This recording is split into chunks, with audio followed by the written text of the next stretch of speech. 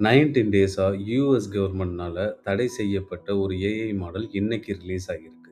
S Claude fable 5 release ஆகியிருக்கு.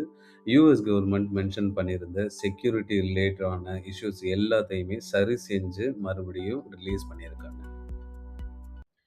Fable 5 June 9 launch ஆச்சு. ஆந்த்ரோபிக்கோட மோஸ்ட் கேப்பபிள் பப்ளிக் மாடல் இதுதான் அப்படின்னு சொல்றாங்க.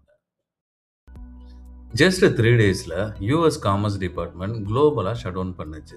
எக்ஸ்போர்ட் கண்ட்ரோல் ரூல், ஃபாரின் நேஷனல்ஸுக்கு பிளாக், ஈவன் ஆந்த்ரோபிக்கோட ஓன் ஸ்டாஃப் கூட பர்மிஷன் கொடுக்கல. ட்ரிகர் என்னன்னா அமேசான் ரிசர்ச்சர்ஸ்க்கு ஒரு ஜெயில் பிரேக் கண்டுபிடிச்சாங்க. அது ஃபேபிள் 5 ட்ரிகர் பண்ணி ரியல் பக்குக்கு எக்ஸ்ப்ளாய்ட் கோட் ஜென்ரேட் பண்ண வச்சிருச்சு. பட் இதில் ஒரு ட்விஸ்ட் இருக்குது. அப்புறம் தான் ஆந்த்ரோபிக் அதை கன்ஃபார்ம் பண்ணினாங்க. ஓப்பஸ் 4.8 ஜிபிடி 5.5 மாதிரி மாடலில் கூட இதே இஷ்யூ இருக்குதுன்னு. ஸோ இது ஃபேபிள் 5 ஒன்லி ரிஸ்க் இல்லை. ஜூன் 30 பேன் லிஃப்ட் ஆச்சு.